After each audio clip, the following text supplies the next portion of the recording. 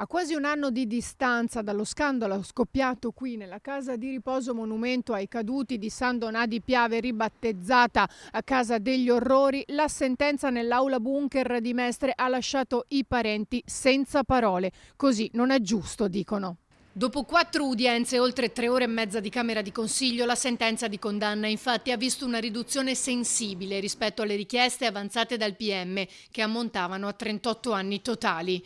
I 5 operatori sociosanitari, che erano stati tutti licenziati, accusati dalla Procura di Venezia di aver trasformato il reparto Viola in una corsia degli orrori, tra ripetute violenze sessuali, offese, umiliazioni di vario genere, sono stati condannati. Caduta l'aggravante di aver causato la morte di una paziente come conseguenza di altro reato, le botte ricevute.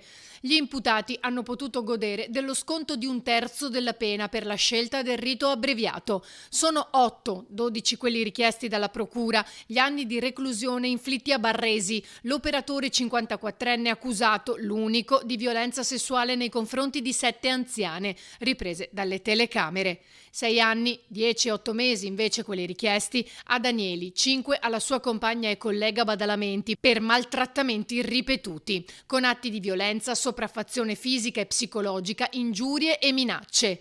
Infine 2 anni e 4 mesi per Pollazzone e Rosiglioni. Sentenze che hanno aggiunto altro dolore a quello dei familiari, condiviso anche dall'ULSS 4, costituitasi come parte civile insieme alla Regione, mentre il Comune ha chiesto un risarcimento pari a 2 euro a cittadino. Sarebbero state necessarie pene più pesanti, molto più pesanti, per dare un segnale, dare una risposta alle famiglie, anche se questo non restituisce il dolore che hanno provato. Però sicuramente le famiglie hanno ragione. Queste pene, rispetto a queste pene ci si aspettava una decisione più coraggiosa da parte, diciamo, di chi aveva il compito di valutare e giudicare queste persone che hanno commesso dei reati che sono veramente riprovevoli. Ora la sentenza potrà essere appellata. Ci sarà una battaglia legale, penso che i parenti delle vittime la inizieranno a breve, sarà lunga, però come città abbiamo un obiettivo importante ora, è di ripartire con questa casa di riposo, con la nuova struttura,